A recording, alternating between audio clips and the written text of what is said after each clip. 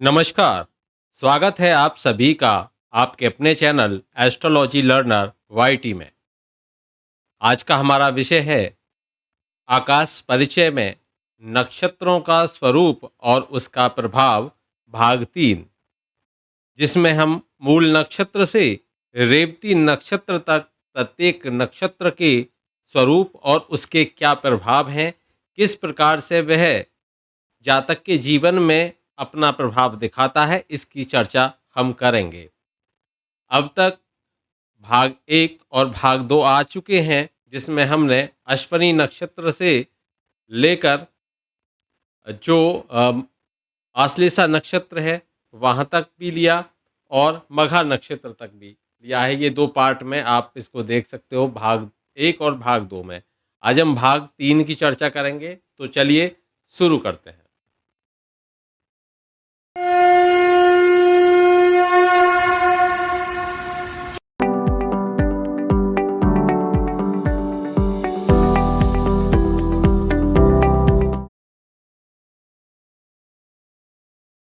अब तक हमने चर्चा की जिसमें हम नक्षत्र के इस चार्ट को देख रहे हैं, जो आपके सामने यहाँ पर दिख रहा है स्क्रीन पर। यहाँ मैंने इसके बारे में डिटेल में बताया हुआ है, आप चेक कर सकते हो। अब हम बात करने वाले हैं मूल नक्षत्र की। अब तक हमने ज्येष्ठा नक्षत्र तक की बात की है। मूल नक्षत्र, तो हम मूल नक्षत्र की बात करेंगे। मूल नक्षत्र से लेकर आज जो चर्चा का विषय रहेगा रेवती नक्षत्र तक। मूल नक्षत्र जो 19वां नक्षत्र होता है और ये गंडमूल नक्षत्र में आता है। ऐसे ही रेवती नक्षत्र भी गंडमूल नक्षत्र में आता है और ये अंतिम नक्षत्र माना जाता है जिसकी राशि मीन आती है। तो चलिए अब बारी बारी से समझ लेते हैं अच्छी तरीके से कि सबसे पहले मूल नक्षत्र से ही इस चर्चा का प्रारंभ करते हैं। मूल नक्षत्र जिसके स्वामी कौन होते हैं? केतु होते हैं। और मूल नक्षत्र धनु राशि में आती है। धनु राशि के स्वामी होते हैं गुरु बृहस्पति। तो यह बृहस्पति के की जो राशि है उस राशि का क्षेत्र है मूल क्षेत्र, जिसमें यह नक्षत्र हैं और ये इनके जो स्वामी होते हैं वो केतु होते हैं। तो मूल नक्षत्र के स्वामी हो जाते हैं केतु। तो सबसे पहले मूल का अर्थ क्या होता है ये आपको समझना बहुत आवश्यक है। मूल नक्षत्र, मूल का अर्थ होता है किसी भी वृक्ष की या किसी भी पौधे की जड़। जड़ यानी कि रूट, हम उसकी रूट की बात कर रहे हैं। तो रूट है क्या? रूट का अर्थ हो गया कि इसकी जड़ें मजबूत हैं तो पूरा वृक्ष मजबूत है। कहते हैं कि आधारशिला ही रूट है। किसी बिल्डिंग को आप बनाओगे, अर्थ क्यों आया, आपकी बिल्डिंग टिकी हुई है जबकि दूसरी गिर पड़ी है। वो है क्या? वो आपका मूल है, वो आपकी जड़ है, वो आपका आधार है। वो आधार जितना बलवान है, जितना मजबूत है, उतना ही आपकी पूरी बिल्डिंग मजबूत है। उतना जितना वृक्ष की जड़ अंदर तक जाएगी उतना ही वह वृक्ष मजबूत होगा। तो ये क्या है? मूल है। तो मूल का अर्थ हो गया किसी का भी आधार, किसी जो जड़ होती है, जो उसकी रूट होती है, जहाँ से उसकी उत्पत्ति होती है, वह मूल है। इसके स्वामी केतु होते हैं। 13 डिग्री 20 मिनट तक ये जीरो से लेकर धनु राशि में रहता है और इसमें नक्षत्र में जो तारों की संख्या है वो बहुत है। मैं बता देता हूँ कितने हैं उसमें तारों की संख्या। तो मूल नक्षत्र में 11 हैं तारों की संख्या, यानी कि जो नक्षत्र में तारों की संख्या है वो 11 है। और इसकी आकृति कैसी है? मंच के समान है। जैसे कोई मंच होता है उसके समान इसकी आकृति है। इसके जो अधिदेवता कहे जाते हैं वो है राक्षस। राक्षस इसके अधिदेवता हैं, जिनको नृत्य भी कहते हैं। नृत्य कौन जो होता है? नृत्य यानी कि जो हमारी साइड होगी पश्चिम दक्षिण साइड, उसको कोना जो हो वो नृत्य कहा जाता है। तो यह राक्षस इसके अधिदेवता हैं और यह दुर्भाग्य का देवता भी है। तो दुर्भाग्य का देवता कहा जाता है और इसका अर्थ विरुद्ध या पीछे भी है। किसी के विरुद्ध होना, पीछे होना। इस नक्षत्र को शुभ नक्षत्र नहीं माना जाता। इस बात को आप समझ लीजिए। मूल नक्षत्र शुभ नक्षत्र नहीं होता और इसका अर्थ यह भी है कि किसी भी चीज की जड़ में जाना या विज्ञान और दार्शनिकता इसके अधिकार क्षेत्र में आते हैं। तो ये रूट में जाएगा। जो मूल नक्षत्र वाले होते हैं ना, जातक अथवा जातिका, वो बहुत गहराई तक जाते हैं, बहुत ज़्यादा रिसर्च में जाते हैं। तो ये मूल है, मतलब विज्ञान में जाएंगे, दर्शन में जाएंगे, उनमें उनका अधिकार क्षेत्र होता है। इसका हिलना डुलना सीमित होता है और यह अपनी सीमा से बाहर नहीं जाता। यह गिरवी रखने और भू संपत्ति को गिरवी रखने का भी कारक है। गिरवी रखना हो या भू संपत्ति को गिरवी रखना हो, उसका भी ये कारक है, यह नक्षत्र। इस नक्षत्र में जिस किसी जातक अथवा जातिका का जन्म होता है, वो सुखी, संपन्न और धन वाहन युक्त होता है। हिंसक होगा, बलवान होगा, लेकिन स्थिर होगा। कर्मों को करने वाला होगा, जो स्थिर कर्म है ऐसे काम करेगा। जो भी काम होगा उसको चलायमान काम पसंद नहीं होंगे, फिक्स ऐसा काम करेगा कि ये काम है, अब ये पक्का काम होना चाहिए, मजबूत का काम होना चाहिए। लेकिन थोड़ा सा अहंकारी होता है, घमंडी होता है, लेकिन शत्रुओं पर विजय प्राप्त करने वाला ऐसा व्यक्ति होता है। प्रतापी उसको कहा गया है और श्रेष्ठ जनों से प्रसन्न रहने वाला होता है। ये मूल नक्षत्र में जन्मे जातक का फल होता है, लेकिन यह फल उसको जीवन में संघर्ष अवश्य करने होते हैं, तो उसको इनकी शांति अवश्य करानी चाहिए। इसका जो शरीर के अंग पर प्रभाव रहता है, तो दोनों पांव के जो पंजे होते हैं वहां पर मूल नक्षत्र का प्रभाव होता है। जिस किसी जातक का जन्म मूल नक्षत्र में हुआ है, वो एक अच्छे वेदज्ञ हो सकते हैं, वेद पाठ करने वाले, वेदों को जानने वाले, ज्योतिषी हो सकते हैं, एस्ट्रोलॉजर। तो जिनका मूल नक्षत्र में जन्म होता है वो एस्ट्रोलॉजर भी होते हैं और कंसल्टेंसी चला सकते हैं, कंसल्टेंट होते हैं, अच्छे सलाहकार होते हैं, अच्छी सलाह देने वाले होते हैं। तो ये किसी के मंत्री हो सकते हैं। और अगर हम बात करें तो दवा के क्षेत्र से संबंधित भी ऐसे लोग होते हैं। ये लोग दवा के क्षेत्र से भी, यानी कि मेडिकल से रिलेटेड भी रहते हैं, क्योंकि रिसर्च है, विज्ञान है, अध्यात्म है, अध्यात्म में भी ये लेकर जाते हैं, दर्शन में भी लेकर जाते हैं, विज्ञान में भी लेकर जाते हैं। ये नक्षत्र केतु इसके स्वामी हैं। केतु हैं कौन? केतु रिसर्च को देते हैं, केतु दर्शन को देते हैं। बहुत ज्यादा अनुभवी अगर हम किसी को कह सकते हैं तो वो केतु है। वकालत के क्षेत्र में भी जो मूल नक्षत्र है उसका व्यवसाय रहता है। और ये कुछ मुख्य मुख्य मूल नक्षत्र के बारे में मैंने आपको जानकारी दी है। अब हम बढ़ेंगे मूल से आगे पूर्वाषाढ़ा नक्षत्र की तरफ। ये पूर्वाषाढ़ा नक्षत्र है जो 20वां नक्षत्र पड़ेगा। इसकी संख्या कौन सी होगी? 20वीं होगी, 20। ठीक है। पूर्वाषाढ़ा नक्षत्र भी धनु राशि में आता है, ये भी धनु राशि में आएगा। और ये धनु राशि में 13 डिग्री 20 मिनट से लेकर 26 डिग्री 40 मिनट तक का जो एरिया है वो इसका है, वो इसका अधिकार क्षेत्र है। केतु के बाद यानी कि शुक्र। अब शुक्र इसके कौन है? पूर्वाषाढ़ा के ग्रह स्वामी हैं। शुक्र इसके स्वामी ग्रह हैं। इसमें इस नक्षत्र में तारों की संख्या अगर हम देखें तो पूर्वाषाढ़ा नक्षत्र में तारों की संख्या 2 होती है। कितनी होती है? 2 होगी, या 20 मत समझ लेना, 2 है। तारों की संख्या 2 होगी। और इसकी आकृति हाथी के दांत के समान होती है। जैसे हाथी का दांत होता है, हाथी दंत, उसके समान होती है। और इसके अधिदेवता होते हैं जल। अतः जातक पानी के समान सभी के साथ घुल मिल जाने वाला होता है। जिनका भी जन्म पूर्वाषाढ़ा नक्षत्र में होता है वो सभी के साथ घुल मिल जाते हैं। क्यों? क्योंकि इसके जो अधिदेवता हैं वो जल हैं, दूसरों का उपकार करने वाला होगा।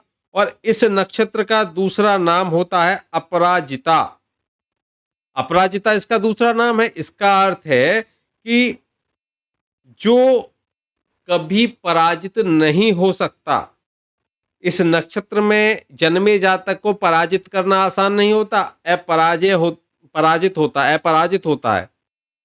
और कोई भी प्रतियोगिता हो, कुछ भी हो, उसमें ऐसा व्यक्ति विजयी होता है। जिनका भी जन्म पूर्वाषाढ़ा नक्षत्र में होता है, आप उनमें यह गुण अवश्य देखोगे।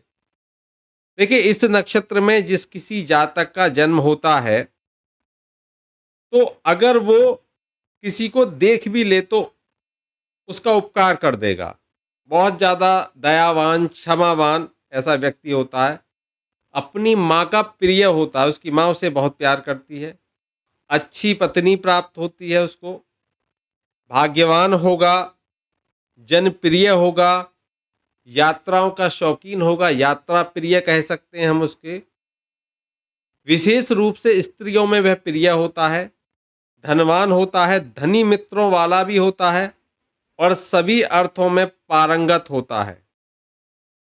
सभी अर्थों में पारंगत होता है, कोई ऐसा नहीं होता जिसमें वो उसको विशेषता ना मिली हो, क्वालिटी ना मिली हो, पारंगत मिलेगा वो आपको। आप देखिए, अब हम शरीर के अंग की अगर बात करें, तो शरीर की दोनों जंघाएं होती हैं, दोनों जांघें होती हैं, उन पर इसका प्रभाव होता है। इस नक्षत्र अधिकार क्षेत्र है पूर्वाषाढ़ा का। ये व्यवसाय कैसे देता है? तो जिस किसी जातक का जन्म इसमें होता है, वो समुद्र से जुड़ा व्यापार कर सकते हैं, क्योंकि जल इसके अधिदेवता हैं। दूध से जुड़ा व्यापार कर सकते हैं। नौसेना से जुड़ा हुआ जो होता है व्यवसाय, नेवी से जुड़ा हुआ, वो कर सकते हैं। अंतर्राष्ट्रीय जो भी व्यापार होते हैं, उनमें हिस्सेदारी ले सकते हैं, उनसे जुड़ा व्यवसाय कर सकते हैं, जो इंटरनेशनल लेवल का होगा। तो ये हमने पूर्वाषाढ़ा नक्षत्र के बारे में समझा। चलिए स्क्रीन को थोड़ा-सा साफ कर लेते हैं, ताकि आपको कन्फ्यूजन ना हो।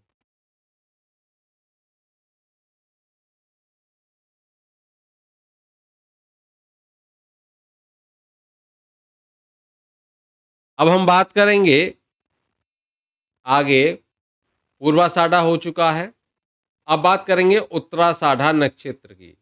देखिए, उत्तराषाढ़ा नक्षत्र जो नक्षत्र में 21वां नक्षत्र हो गया, और इस नक्षत्र का एक चरण जो होगा, वो आएगा धनु राशि में और बाकी कहाँ चले जाएंगे? मकर राशि में।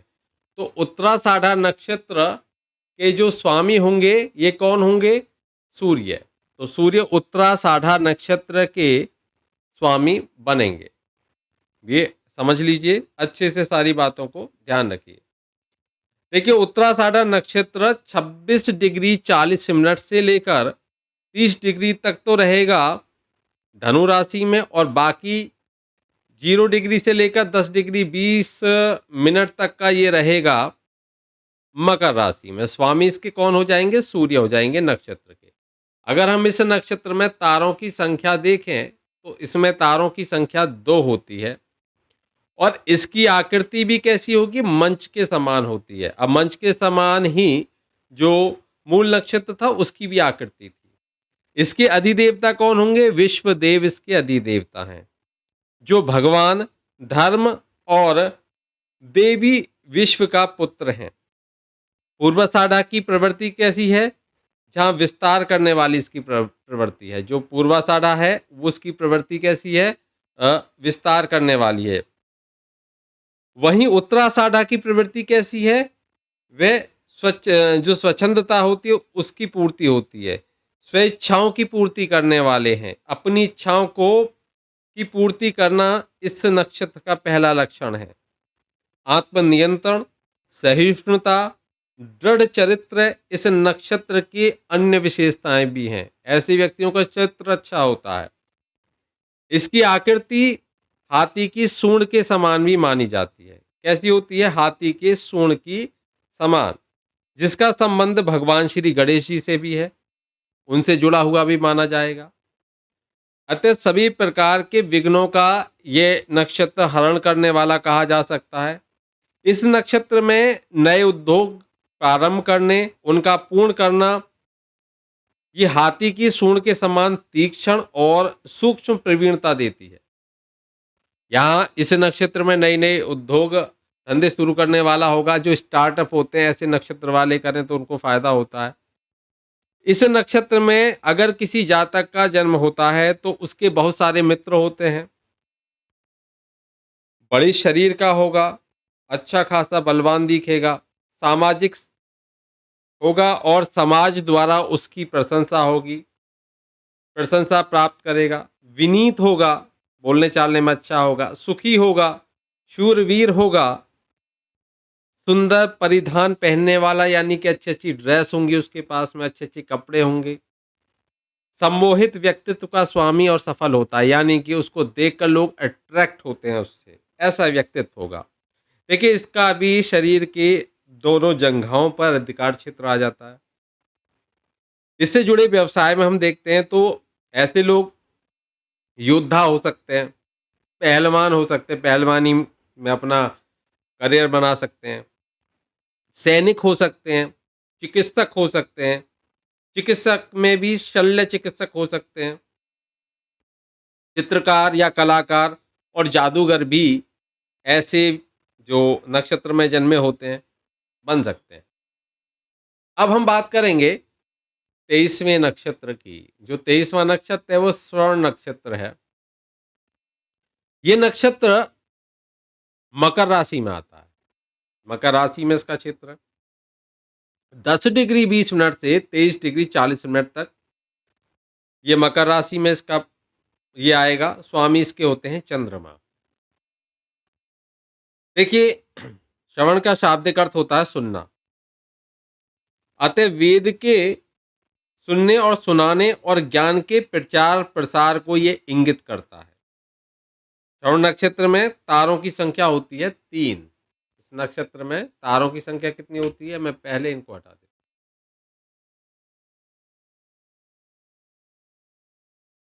श्रवण नक्षत्र, ये इसकी चर्चा हम कर रहे हैं। इसमें तारों की संख्या हो गई 3। ध्यान रखिए, तारों की संख्या इसमें कितनी होती है, 3 होती है। और इसकी आकृति वामन अर्थात त्रिचरण के समान होती है। इसका अधिदेवता विष्णु है, जो वामन भगवान है वो। यह देवी सरस्वती का जन्म नक्षत्र भी है, बहुत विशेष है ये श्रवण नक्षत्र। इसमें माँ सरस्वती का भी जन्म हुआ माना जाता है। अतः यह है ज्ञान और विद्या, दयालुता और मानवता को भी इंगित करती है, और शिक्षा, पांडित्य और पारंपरिक मूल्यों के प्रति सम्मान इसके विशेष विशेषण हम कह सकते हैं। ये शिक्षा और ज्ञान के क्षेत्र में श्रेष्ठ व्यक्तित्व का प्रतिनिधित्व करती है। इस नक्षत्र में यदि किसी जातक का जन्म होता है तो वो कृतज्ञ होगा। किसी ने उस पर कोई एहसान कर दिया तो मान के चलेगा कि उसने मेरे ऊपर मेरी उस समय पर हेल्प की थी। भूलेगा नहीं। विद्वान होगा, सुंदर होगा देखने में, दानशील होगा और सभी गुणों से संपन्न श्रीमान, यात्रा का शौकीन होगा और बहुत संतान वाला भी होता है। शरीर पर इस नक्षत्र का दोनों कानों पर आधिपत्य होता है। अगर हम इसके व्यवसाय देखें तो धार्मिक शिक्षक हो सकता है ऐसा व्यक्ति, धर्म का छात्र हो सकता है, धर्म का प्रचारक हो सकता है, किसी का प्रिंसिपल यानी कि प्राध्यापक हो सकता है, कथा वाचक भी ऐसे व्यक्ति बन सकते हैं, दूर संचार से जुड़े हुए कार्य, उस विभाग से जुड़े हुए कार्य, डाक तार विभाग से जुड़े कार्य ये कर सकते हैं। इनके लिए ये विशेष होते हैं। वाहन चालक आदि भी ऐसे व्यक्ति बन सकते हैं जिनका जन्म श्रवण नक्षत्र में हुआ है। देखिए, जो स्वामी विवेकानंद थे उनकी जन्म कुंडली में यह नक्षत्र उनके जो उनका दशमेश था, जो उनकी कुंडली का दशमेश था, वो श्रवण नक्षत्र में स्थित था। ठीक है, कभी कुंडली की जब चर्चा करेंगे तो मैं डिटेल में बताऊंगा। तो क्या किया उन्होंने, धर्म का प्रचार प्रसार। नक्षत्र से अगर आप देखोगे तो आप बहुत सटीक भविष्यवाणी कर सकते हो। चलिए आगे बढ़ते हैं। अब हम बात करेंगे धनिष्ठा नक्षत्र की। धनिष्ठा नक्षत्र जिसके स्वामी कौन होंगे, मंगल। देखिए, धनिष्ठा नक्षत्र में का जो ये 2 चरण तो आएंगे इसके मकर राशि में और शेष 2 चरण आएंगे कुंभ राशि में। स्वामी मंगल हैं। धनिष्ठा नक्षत्र में तारों की संख्या कितनी होती है? तो तारों की संख्या धनिष्ठा नक्षत्र में होती है 4। 4 नक्षत्र होते हैं, 4 इसमें तारे होते हैं नक्षत्र में, ठीक है।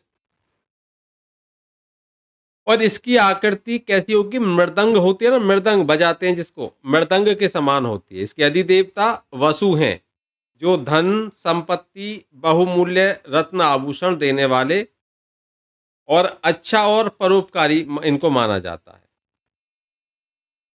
अगर इस नक्षत्र में किसी जातक अथवा जातिका का जन्म होता है तो वो ऐसा जातक गीत संगीत को सुनने वाला, उसका प्रेमी होता है, साहसी होगा, सज्जन प्रवृत्ति का होगा, बंधु बांधवों में सम्मानित होगा, सोना चांदी रत्न इत्यादि से विभूषित भी उसको कहा जाता है, धन संपत्ति का स्वामी होता है और सैकड़ों मनुष्यों का स्वामी उसको कहा जाता है।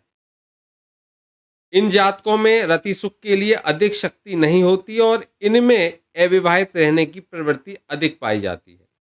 यदि शनि सप्तमेश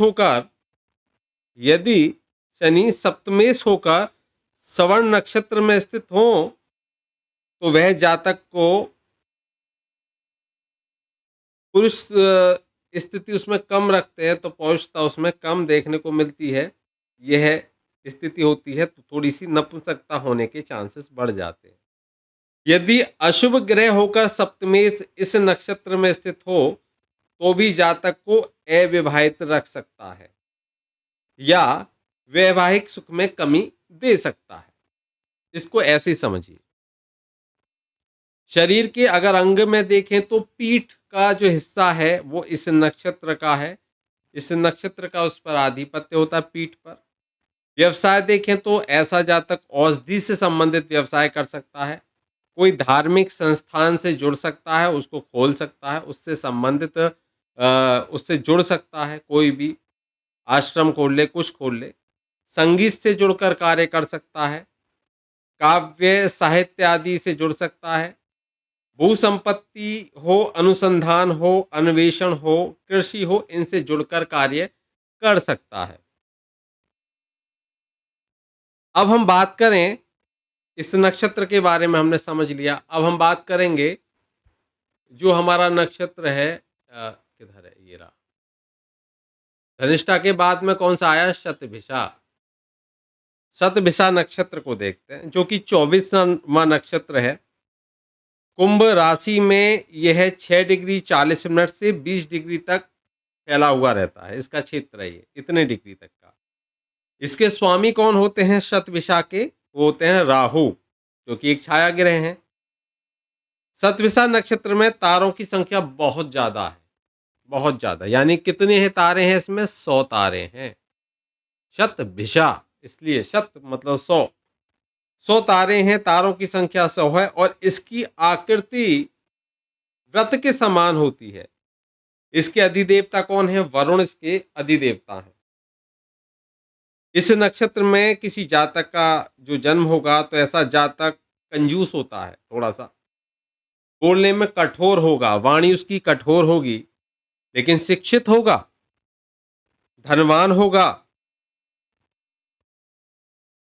और उसको पर नारी सेवी भी कहा जाता है। सरकार में ऐसा व्यक्ति लोकप्रिय होता है और विदेश में कार्य करने वाला भी होता है। शरीर के अंगों में बात करें तो दोनों ओर की जो ठोड़ी का हिस्सा आएगा वो वहां इसका प्रभुत्व होता है।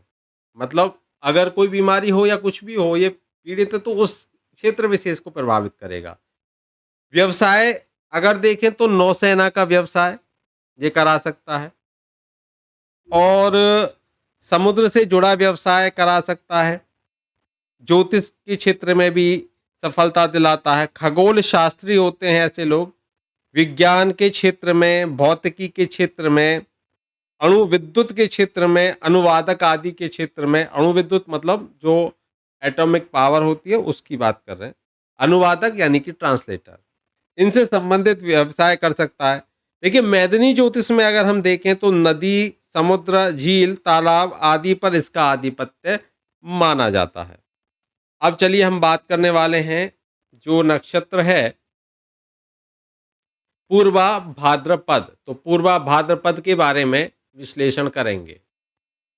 मैं जॉब करूं या करूं अपना बिजनेस, मेरी जॉब कब लगेगी, मुझे संतान सुख कब मिलेगा, कैसा होगा जीवन साथी, क्या मेरी लव मैरिज होगी या होगी अरेंज मैरिज, क्या मैं कभी विदेश जा पाऊंगा, कर्जे बढ़ रहे हैं, इनकम कम हो रही है, बीमारी पीछा नहीं छोड़ रही है, अस्पताल के खर्चे बढ़ रहे हैं, शनि राहु केतु मंगल समस्याएं दे रहे हैं, कहीं आपके जीवन में गलत नंबर तो नहीं आ गया, क्या है आपका लकी नंबर, कौन सा नंबर आपको दिलाएगा सक्सेस, क्या आपने अपनी जन्म कुंडली का अभी तक विश्लेषण कराया है, अगर नहीं कराया है तो दिए हुए नंबर पे संपर्क करके अपनी जन्म कुंडली का विश्लेषण कराइए।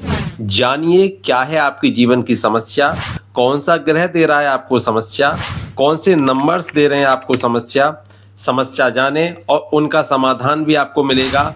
तो देर ना करें, अपनी जन्म कुंडली का जल्दी से जल्दी प्रोटेक्शन कराएं, अपनी जन्म कुंडली को समझें, अपनी जन्म कुंडली में कौन से ग्रह खराब हैं, कौन से ग्रह आपको परेशान कर रहे हैं और उनको कैसे सही किया जा सकता है उसको जानें। और ये सभी जानने के लिए आपको डायल करना होगा 9045847891 या फिर व्हाट्सएप करें 90457891 पर। तो फिर देरी किस बात की, जल्दी से कॉल कीजिए या व्हाट्सएप मैसेज कीजिए और जानिए अपनी समस्याओं का समाधान। देखिए, अब हम बात करने वाले हैं पूर्वा भाद्रपद नक्षत्र की। तो पूर्वा भाद्रपद नक्षत्र देख लेते हैं।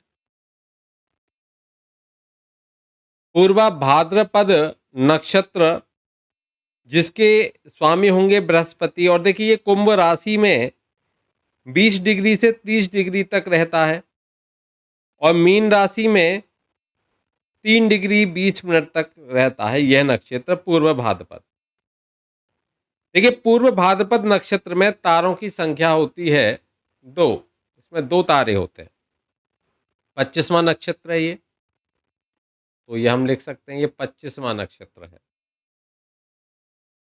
इसकी आकृति मंच के समान होती है और इसका अधिदेवता अजचरण होता है। अजचरण है कौन? रुद्र का ही एक नाम है, जो विनाश, अग्नि और गर्मी को दर्शाते हैं।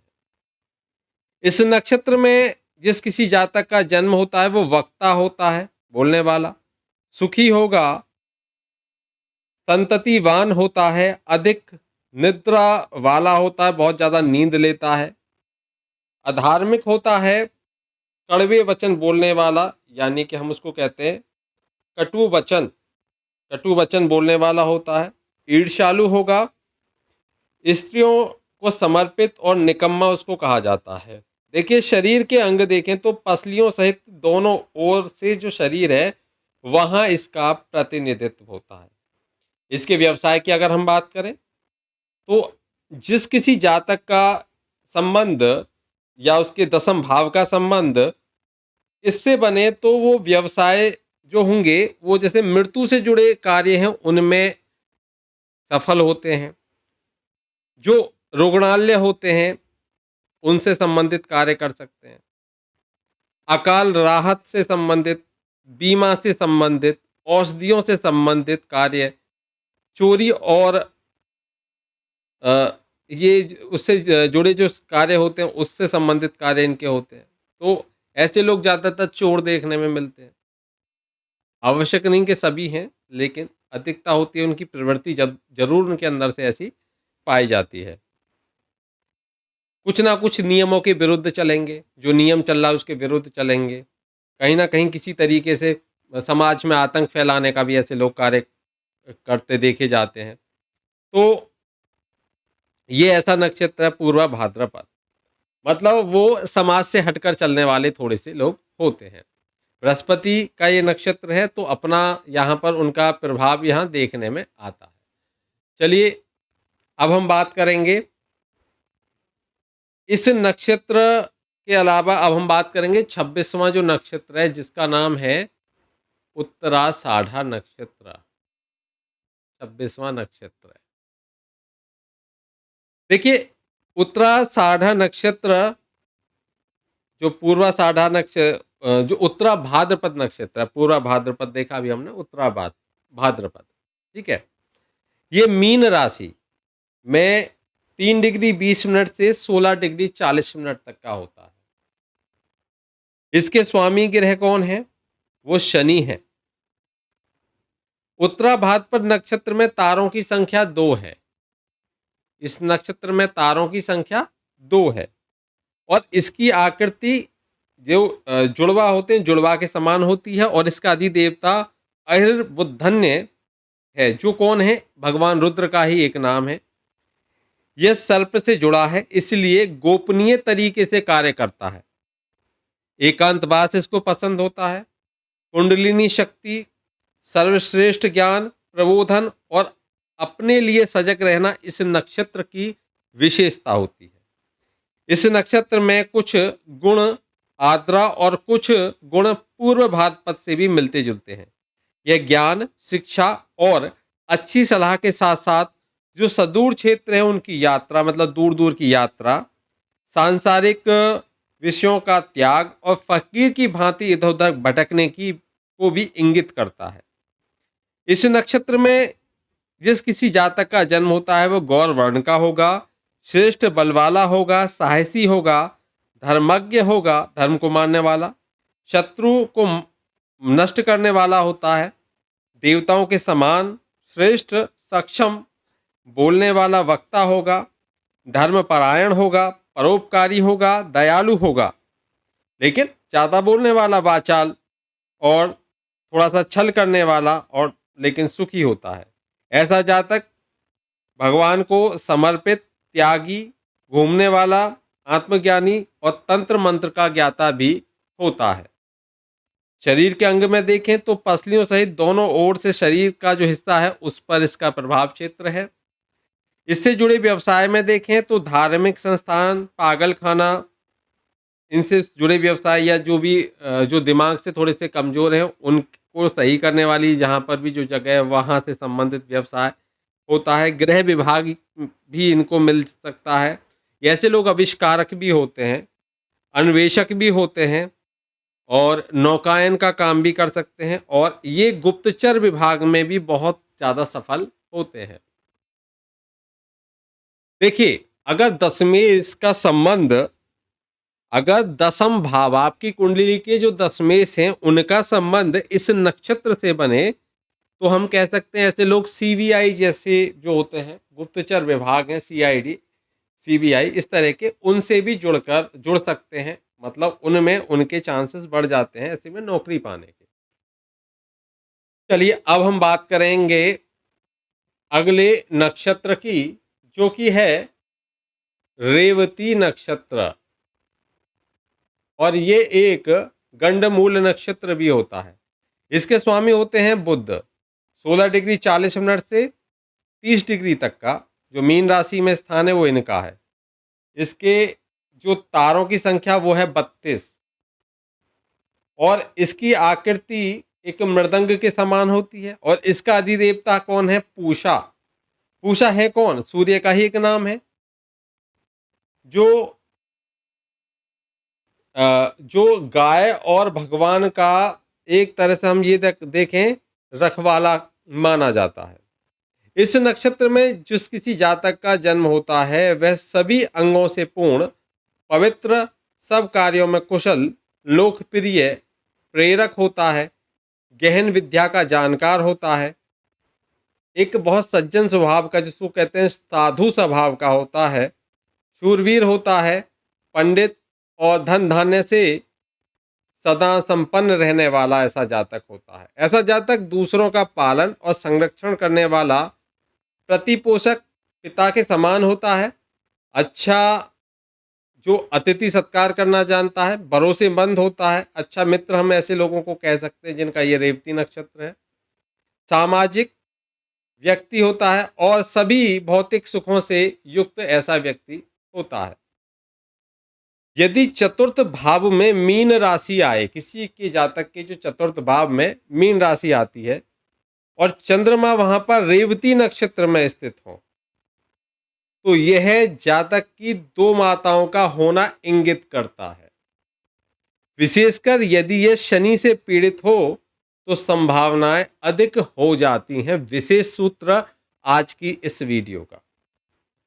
शरीर के अंग की बात करें तो दोनों काख जो होते हैं, बगल होते हैं, बोलते हैं, काख भी बोलते हैं, इनका जो अंग क्षेत्र है वो इस नक्षत्र का है।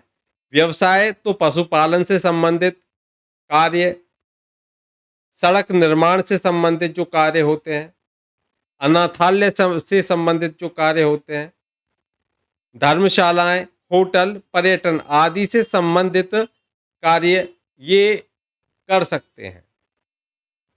चलिए आज हमने इन नक्षत्रों के बारे में भाग 1, भाग 2 और भाग 3 में समझ लिया।